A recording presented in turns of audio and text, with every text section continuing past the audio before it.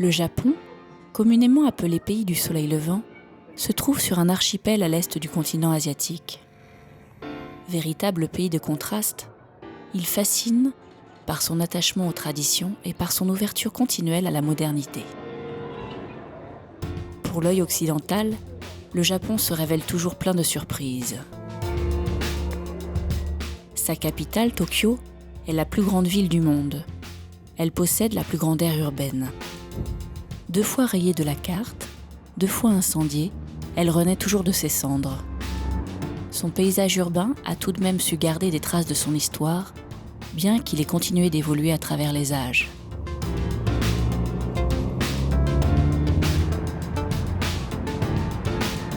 Les entrepreneurs proposent des architectures toujours plus novatrices, ce qui attire la curiosité des touristes de plus en plus nombreux.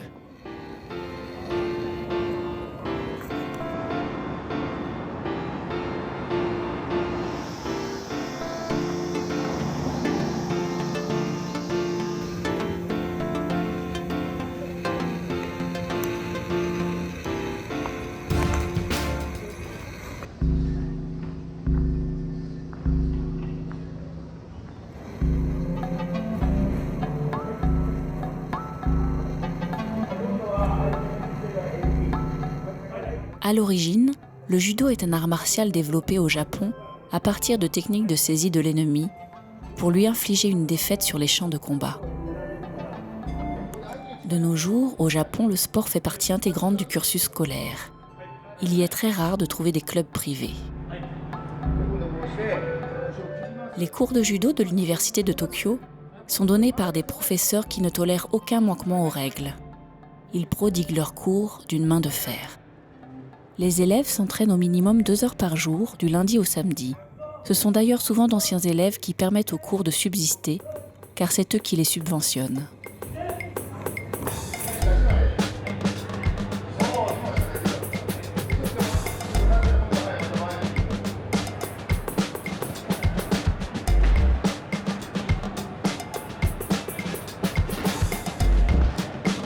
La technique fondamentale du judo est d'utiliser la force de son adversaire à son propre avantage. La tenue est appelée judogi et se compose d'une veste et d'un pantalon blanc, ainsi que d'une ceinture ou obi. Dans le judo, on trouve plusieurs ceintures, blanches, noires, jaunes, oranges, vertes, bleues, marron et bicolores.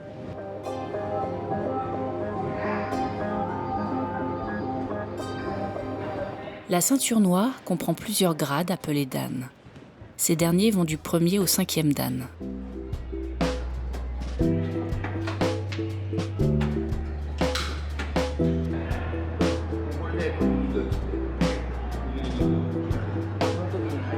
Lors des entraînements, le professeur explique une technique ou un mouvement tout en faisant sa démonstration. Puis, les élèves vont exécuter le randori. Il s'agit d'une forme de combat souple dans lequel les 2 judokas sont partenaires plus qu'adversaires, puisqu'ils doivent permettre à l'autre de travailler. Il faut donc ne pas bloquer l'autre, tout en opposant une résistance modérée pour simuler les conditions d'un combat.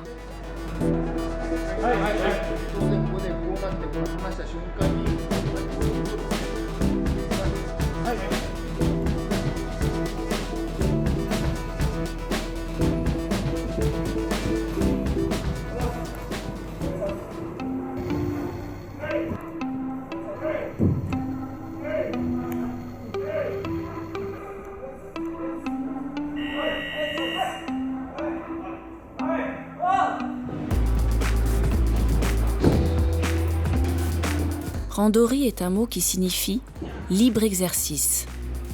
Se pratiquant dans les conditions d'une lutte réelle, il comprend les actes de jeter par terre, d'étouffer, de maintenir l'adversaire à terre, de courber ou de tordre ses bras ou ses jambes.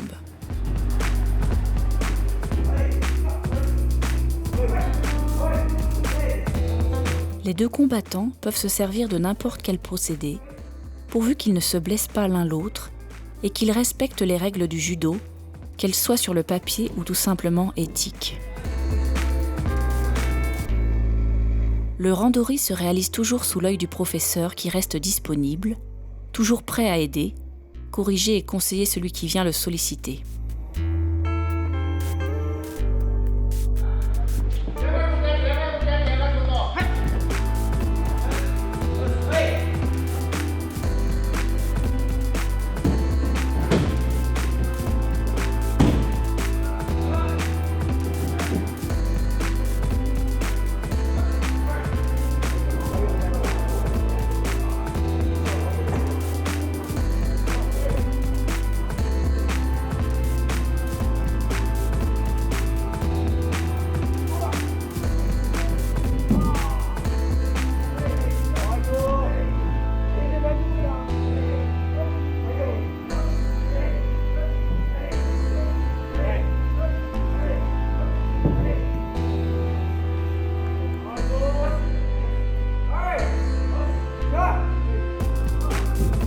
Les professeurs ont pour habitude de dire qu'il faut faire ses chutes correctement, même lorsqu'on est fatigué, qu'il faut réaliser un judo de qualité avec de belles techniques, de toujours essayer de progresser.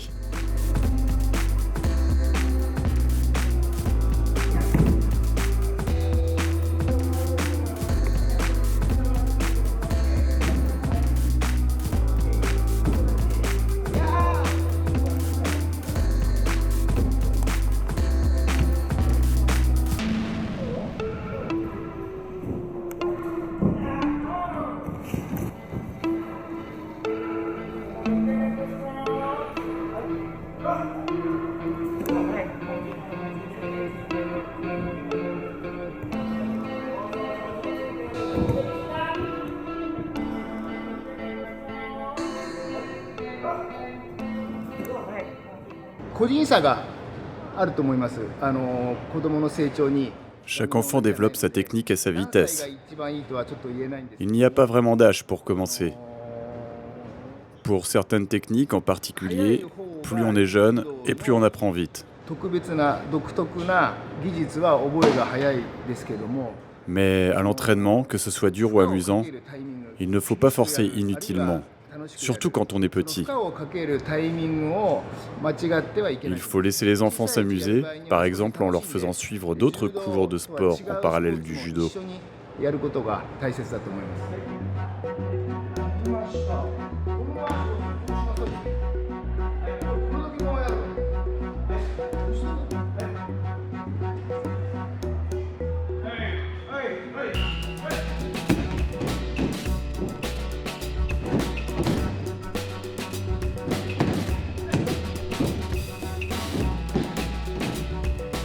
Le nage-komi est une technique de projection à répétition.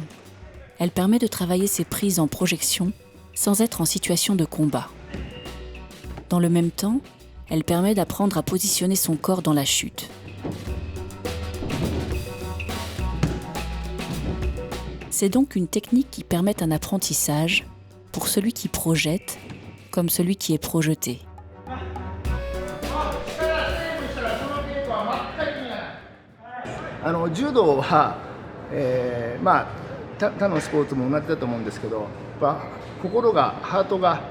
Comme dans tous les autres sports, je suppose, le judo donne une grande importance au respect.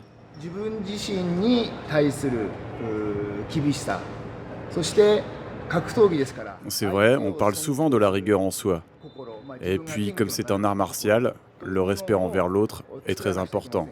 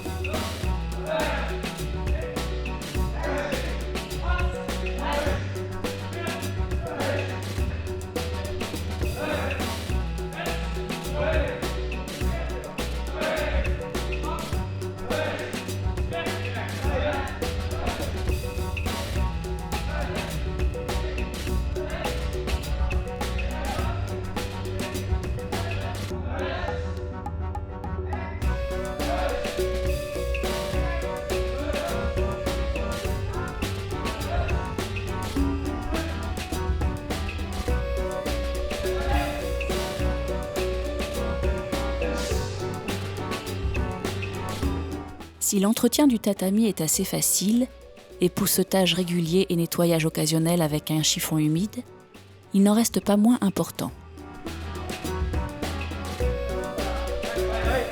Et c'est de manière familiale, avec les élèves, que celui-ci est fait à la fin de chaque entraînement.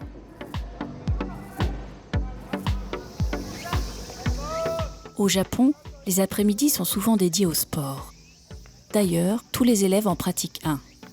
Le baseball étant de loin le sport le plus populaire ici.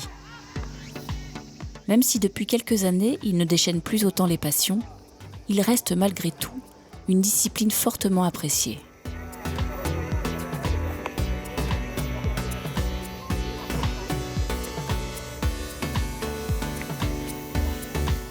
Il y aurait entre 10 et 25 millions de coureurs au Japon.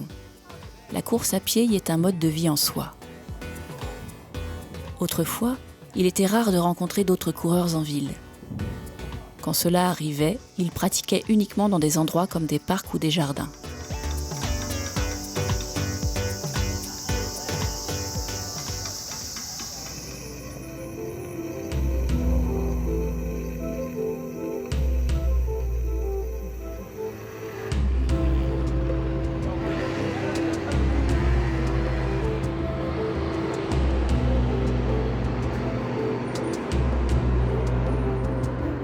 Sensoji est le plus vieux temple bouddhiste de Tokyo, également connu sous le nom de temple Asakusa Kannon. La plupart des Japonais y viennent vêtus d'une tenue traditionnelle, qu'il est même possible de louer pour la journée. Pour visiter ce magnifique temple, vous devrez passer par la Kaminarimon, qui signifie porte du tonnerre. Vous y trouverez une énorme lanterne de papier aux couleurs rouge et noir, symbolisant le tonnerre et la foudre.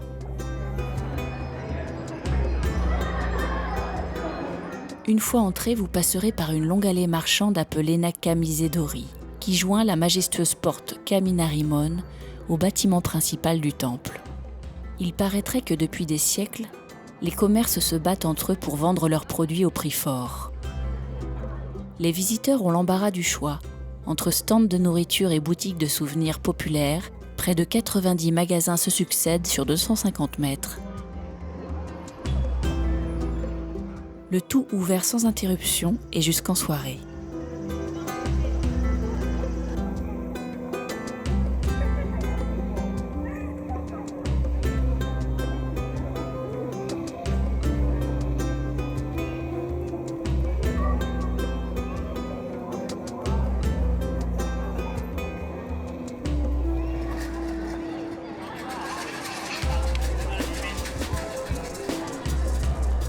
Dans les temples bouddhistes, il n'est pas rare de trouver un omikuji, qui signifie « loterie sacrée ».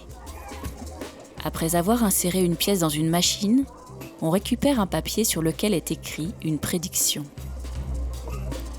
Lorsque la prédiction est mauvaise, on plie la bande de papier et on l'attache généralement à un pin se trouvant près du sanctuaire pour conjurer le mauvais sort.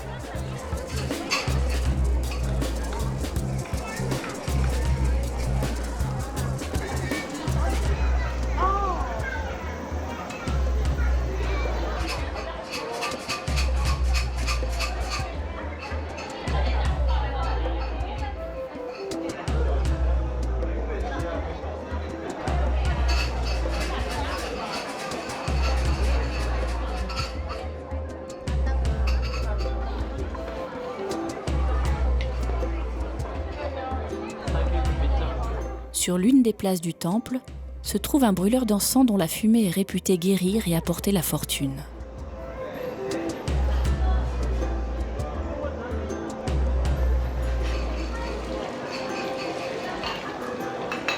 À l'approche du temple, vous aurez la possibilité de vous purifier avec la fontaine aux ablutions avant d'aller prier.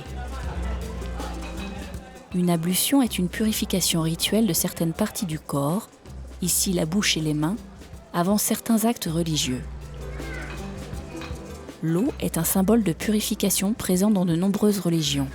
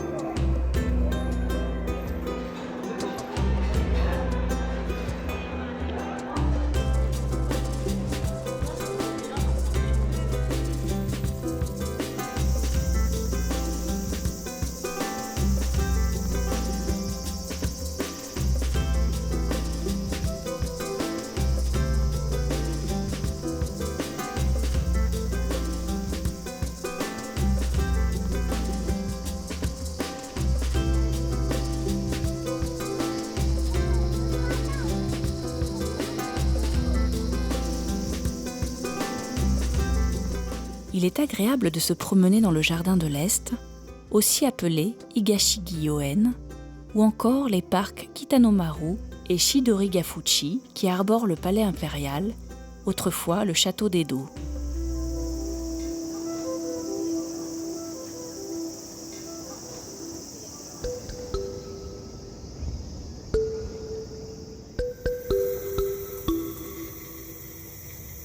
Sur le bord des chemins se trouvent de nombreux arbres. Le long sentier du parc Kitanomaru sillonne le vaste jardin. La promenade dans le parc Shidori-gafuchi, célèbre pour la beauté de ses cerisiers en fleurs au printemps, longe les douves d'origine du palais.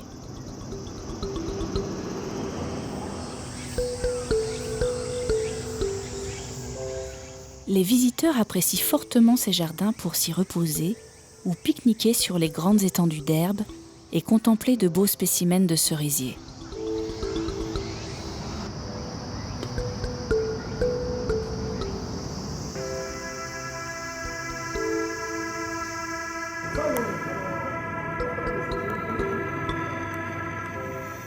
Une partie des jardins abrite les vestiges de l'ancien château d'Edo. Aujourd'hui, il ne reste du château initial que les douves, 2 tourelles et 2 portes.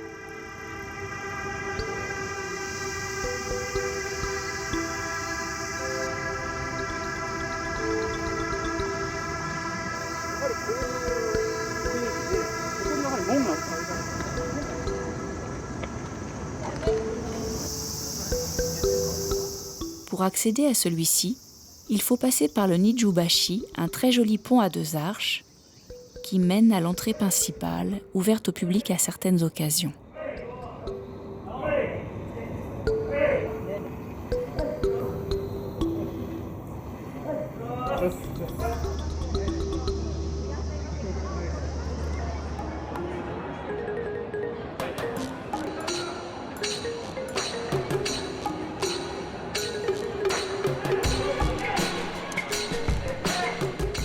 Le Nippon Budokan est un lieu mythique au Japon, car à l'origine, il fut construit pour accueillir les compétitions de judo lors des Jeux olympiques d'été de 1964 à Tokyo.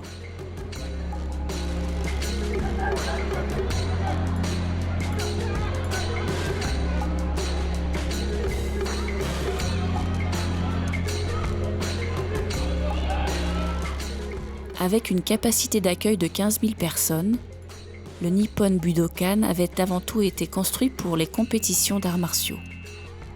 D'ailleurs, Budo signifie littéralement art martial, tandis que Kan peut être traduit par établissement ou maison.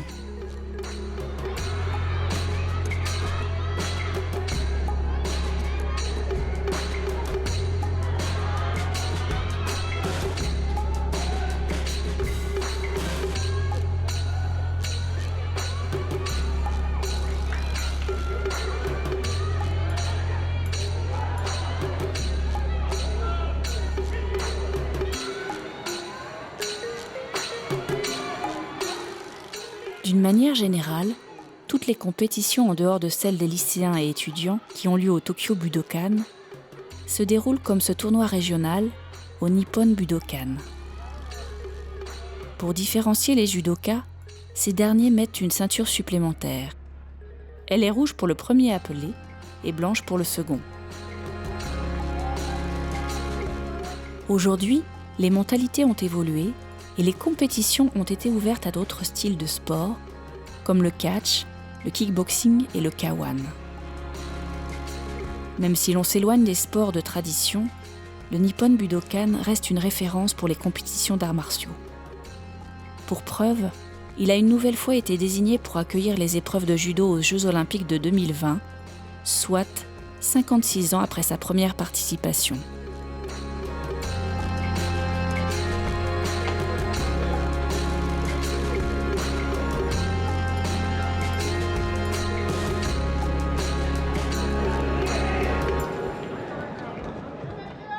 Derrière leur table, les commissaires sportifs ont pour mission de comptabiliser les points, de renseigner la feuille des combats et de tenir les différents chronomètres. Lors d'une compétition, les judokas se retrouvent dans un carré dont les dimensions dépendent de leur catégorie.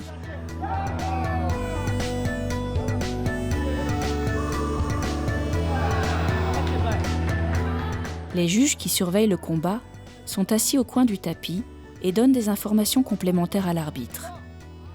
Leur rôle est important, car s'ils émettent un avis différent du sien, celui-ci est obligé de suivre leur décision.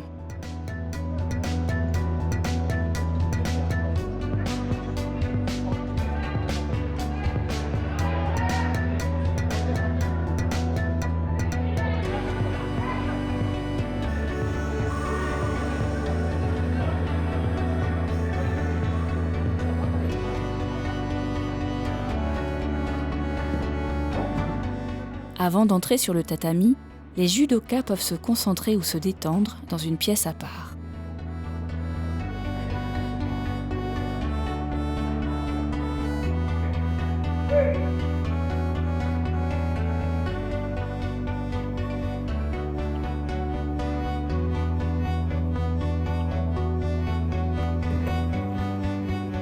Pensé par l'architecte Mamoru Yamada, le bâtiment impressionne avec ses 42 mètres de hauteur, pour un coût de construction estimé à environ 5 millions d'euros.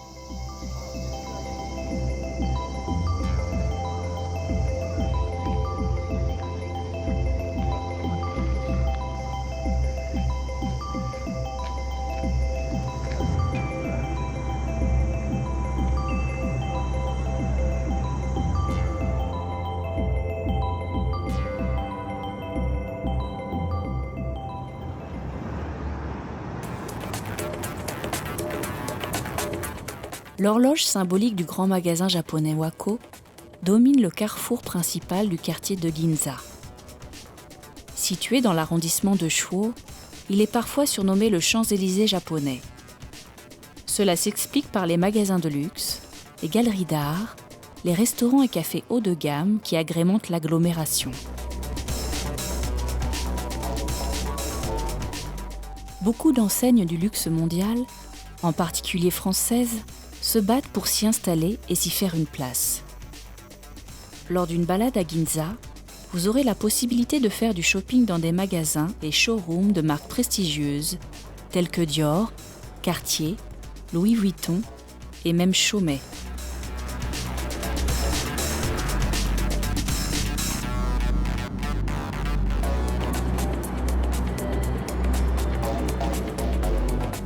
Afin d'avoir plus de chances d'attirer les passants, la plupart des marques rivalisent d'audace dans l'architecture et la décoration de leurs façades.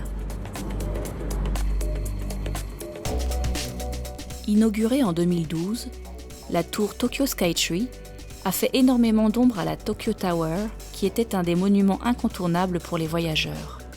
Aujourd'hui, c'est donc la Tokyo Skytree qui devient une des principales attractions de la ville. Cette tour de diffusion numérique possède 2 observatoires ainsi qu'un centre commercial à son pied.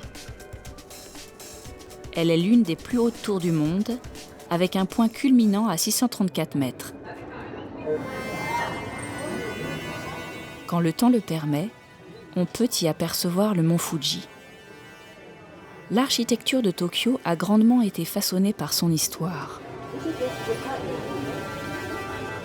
Se retrouvant 2 fois en ruine, une première fois lors du séisme de 1923 de Kanto et une seconde lors des bombardements incendiaires de la Seconde Guerre mondiale, le paysage urbain de la ville est plutôt composé d'une architecture moderne et contemporaine, tandis que les bâtiments anciens se font rares.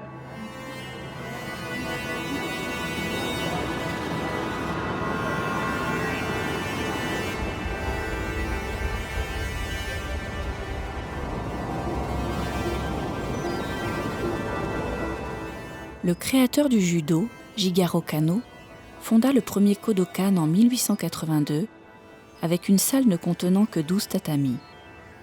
Ce Kodokan, qui signifie littéralement « école pour étude de la voix », fut le 3e et dernier lieu où Jigaro Kano enseigna son art martial. Aujourd'hui, il est toujours à l'honneur dans ce qui est devenu un centre international de judo, géré par la fédération japonaise, la All Japan Judo Federation. Il s'agit d'un vaste complexe sportif de 8 étages. Le dojo principal, se trouvant au 7e étage, tandis que le dernier étage sert à observer les entraînements et peut accueillir environ 900 spectateurs. Évidemment plus moderne et plus grand que le précédent, il contient plus de dojos, dont certains réservés aux femmes, aux enfants ou aux élèves particuliers. Il est possible de s'entraîner sur place, quel que soit votre niveau, en s'inscrivant et payant un forfait journalier. De nombreux judokas de tout niveau, ainsi que des passionnés, peuvent assister aux événements du dojo principal et visiter le musée du Kodokan gratuitement. Dans la banlieue de Tokyo, la ville de Yokohama accueille le plus grand Chinatown du monde. 500 magasins y sont regroupés, dans lesquels vous pourrez déguster de nombreux types de cuisine chinoise. De grands festivals sont organisés tout au long de l'année, dont l'un des plus spectaculaires est bien sûr le Nouvel An chinois.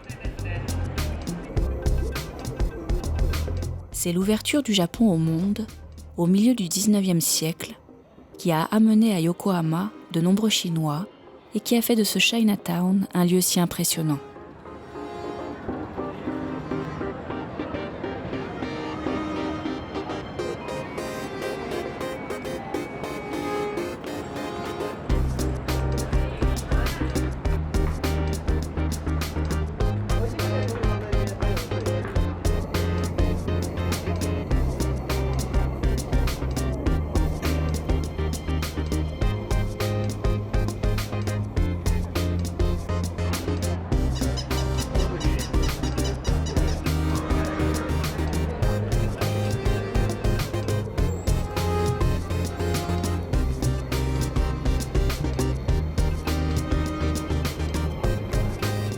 Les limites du quartier sont bordées par 10 portes, érigées selon les principes du Feng Shui, ornées de divinités gardiennes et colorées suivant les 5 éléments.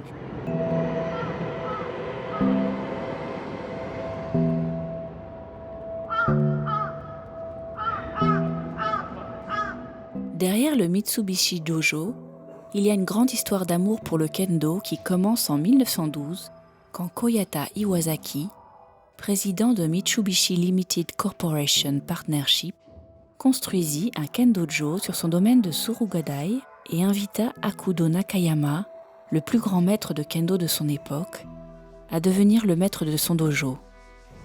C'est à ce moment qu'ils décidèrent ensemble de permettre à cet art de se développer, malgré les années difficiles durant la Seconde Guerre mondiale.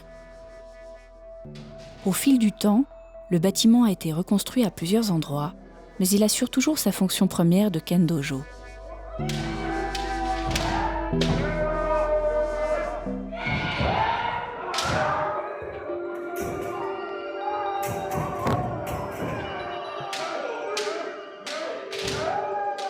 Le kendo est la plus ancienne et la plus respectée des disciplines modernes des arts martiaux japonais. Ses origines remontent au temps des samouraïs, où l'art du kendo faisait partie des 18 arts martiaux que devait pratiquer la caste des dirigeants, appelés bushi ou samouraïs. Le kendo est la version moderne du kenjutsu, l'escrime au sabre pratiquée autrefois au Japon par les samouraïs. C'est une forme d'escrime au sabre à deux mains, où grâce à l'emploi de matériel adapté, armes en bambou et armures de protection, les assauts sont menés de façon réelle. Le shinai est un sabre composé de 4 lattes de bambou attachées entre elles. Il est la version bois du katana, sabre japonais, et varie avec la catégorie du pratiquant, de son âge et de son niveau.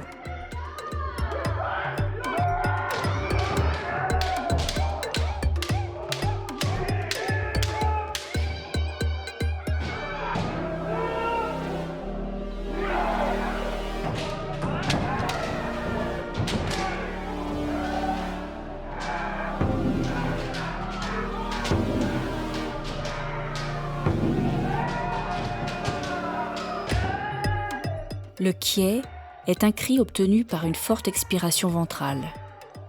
Il permet de libérer les efforts au moment de l'assaut.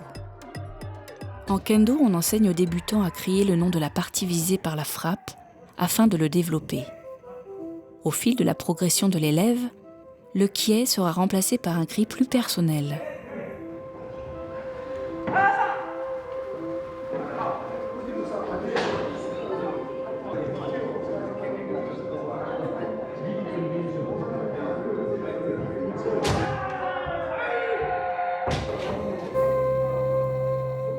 Le salut se fait en début et en fin de cours. Il fait partie de ce respect et cette courtoisie enseignés dans le kendo. Il peut varier selon les professeurs et les dojos.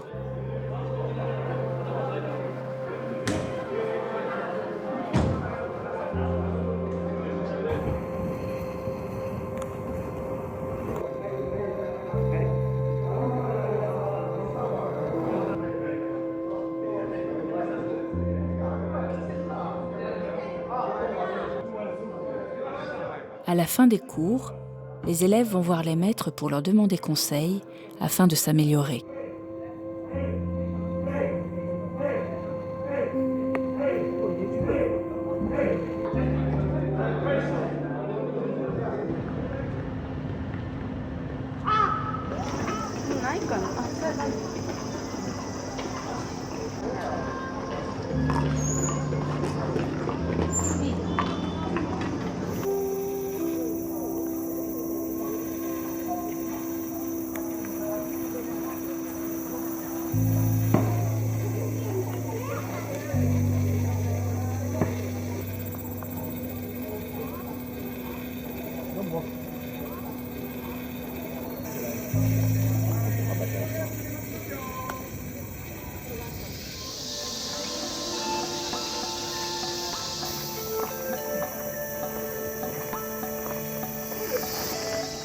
Meiji-jingu est un vaste sanctuaire shintoïste contigu au parc Yoyogi dont la construction remonte à 1920.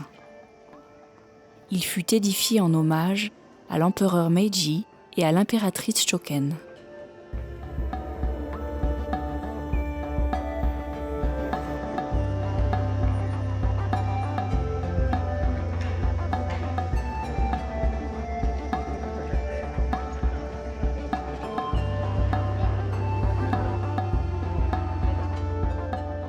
Comme dans la plupart des sanctuaires shintoïstes, il est possible de faire des vœux ou des prières grâce aux tablettes en bois appelées ema. Il suffit d'inscrire son souhait ou sa prière sur la tablette moyennant finance, puis de l'accrocher au portique prévu à cet effet près du temple pour qu'il soit lu par les dieux.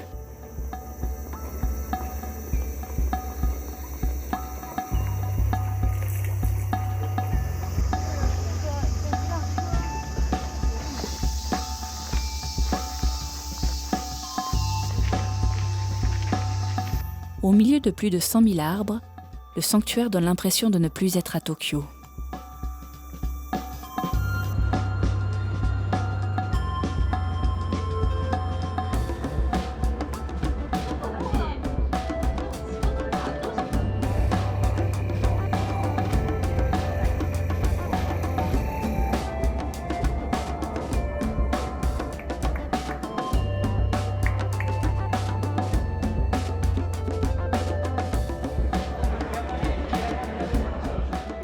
La vie nocturne au Japon est contrastée. On y trouve des lieux très animés et d'autres plus traditionnels, donc plus enclins au calme.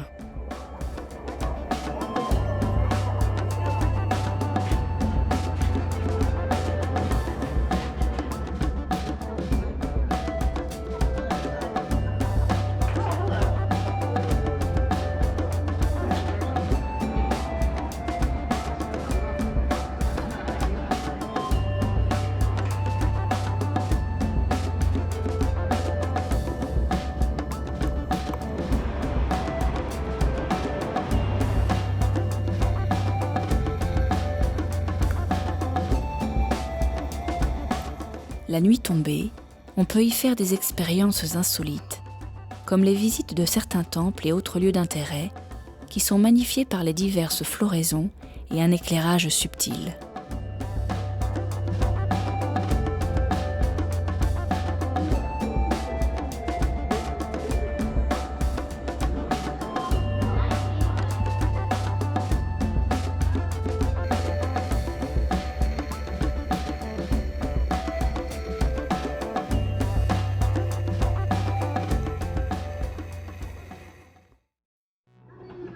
Trains et métros sont les moyens de transport principaux dans la capitale japonaise et sa périphérie.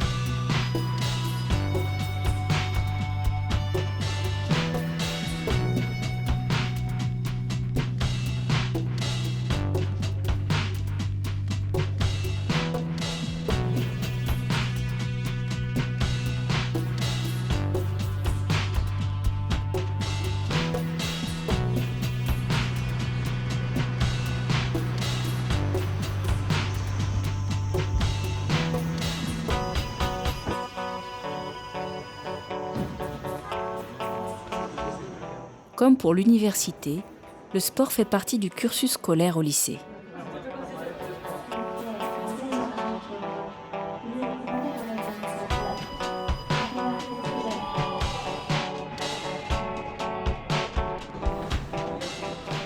La discipline est la même, chacun participe à la bonne mise en place du cours.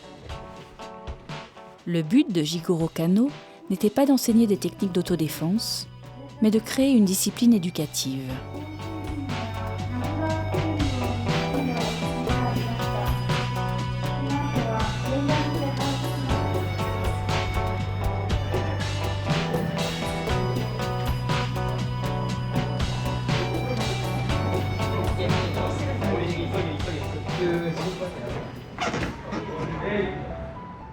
Il est dit que le judo se présente comme une discipline globale qui permet de fortifier le corps et l'esprit. C'est donc ce que tente d'inculquer chaque professeur au Japon.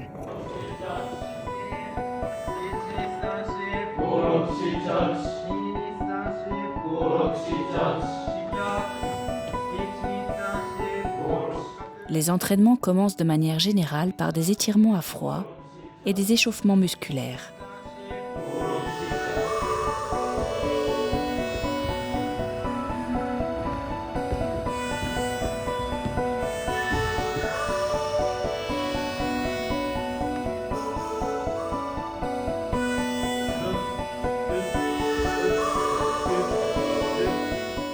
Aucune partie du corps n'est délaissée jusqu'à la musculation du cou.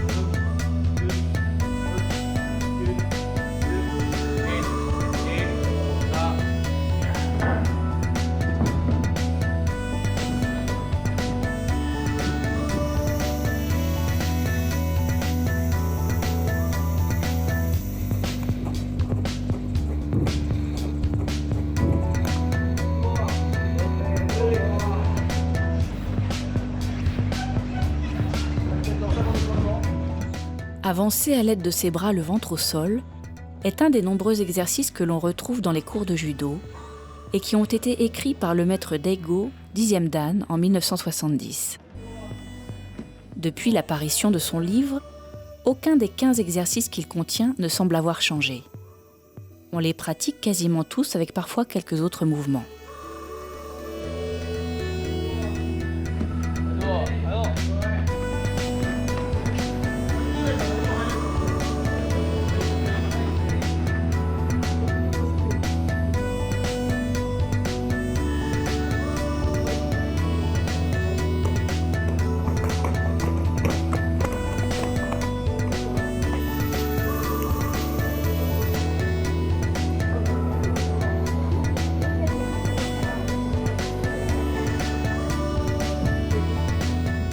Après les échauffements, l'objectif va d'abord être de travailler à maîtriser des techniques de manière statique en les répétant.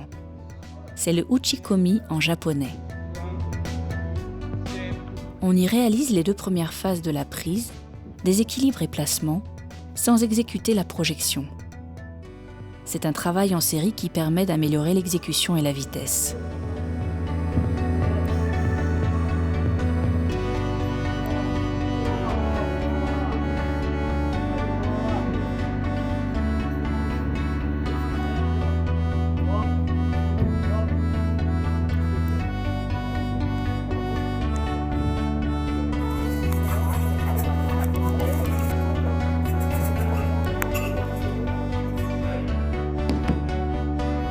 Puis, on réalise la technique en mouvement, nagekomi.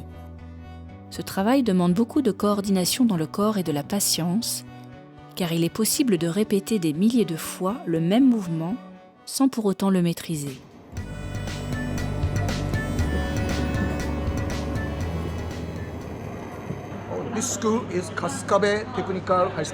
Ici, nous sommes au lycée professionnel Cascabe.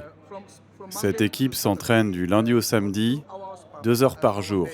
Cette équipe est numéro 1 dans la région de la préfecture de Sataima. Personnellement, je pratique le judo depuis 45 ans. La plupart des élèves commencent le judo dès l'âge de 12 ans. Puis, ils le pratiquent au lycée entre 15 et 18 ans. Dans notre club, 2 élèves sont ceintures blanches et 12 ceintures noires.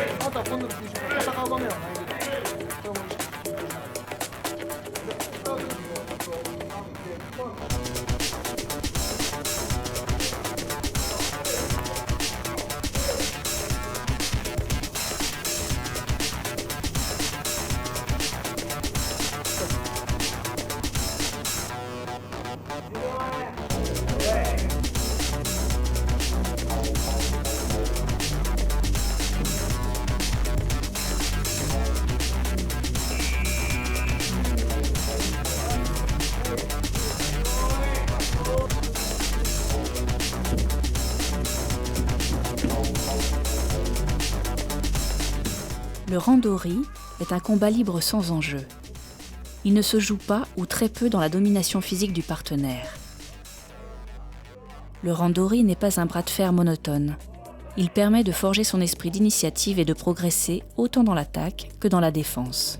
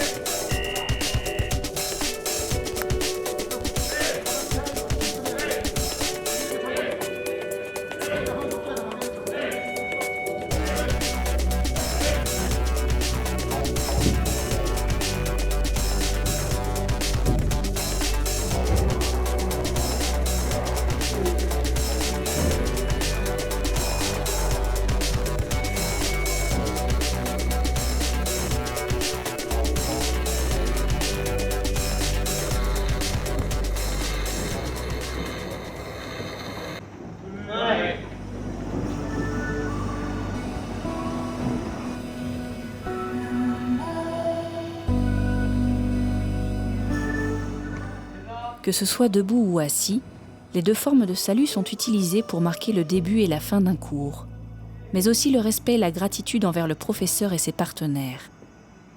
Ce salut est codifié par des emplacements bien identifiés pour chaque participant. Les élèves se placent face au professeur et l'élève le plus gradé appelle au salut par un rei.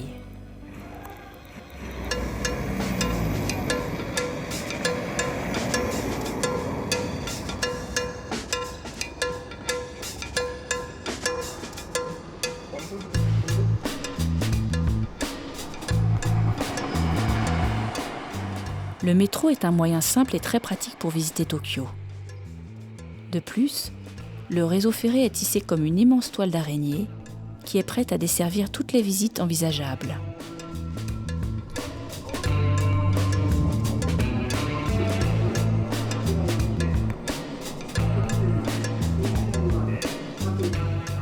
Le réseau du métro de Tokyo est reconnu comme étant l'un des plus performants au monde. Il est moderne, sûr, propre et ponctuel.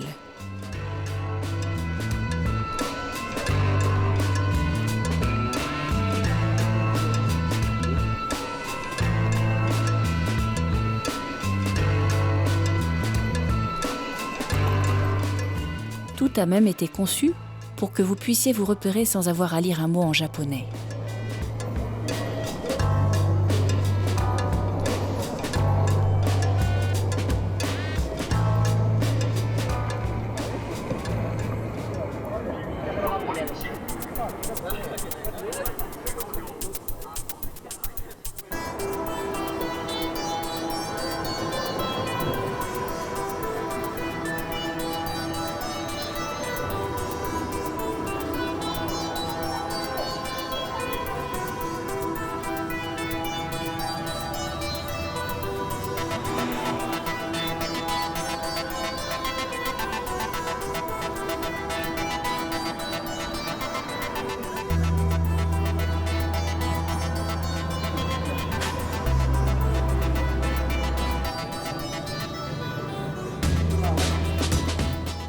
Avec 13 millions de Tokyoïtes, 40 millions si l'on ajoute les habitants de l'agglomération, Tokyo est la ville avec la plus forte densité de population dans le monde. Elle est aussi la ville la plus visitée des touristes en voyage au Japon.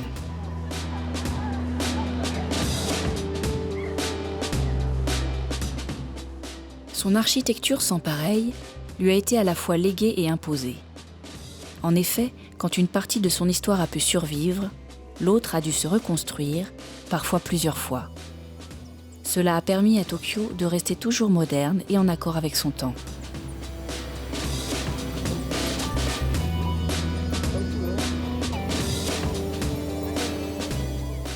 Le judo fait partie de cette histoire, et ici au Japon où il est né, il sera toujours transmis aux nouvelles générations avec les traditions qui l'accompagnent.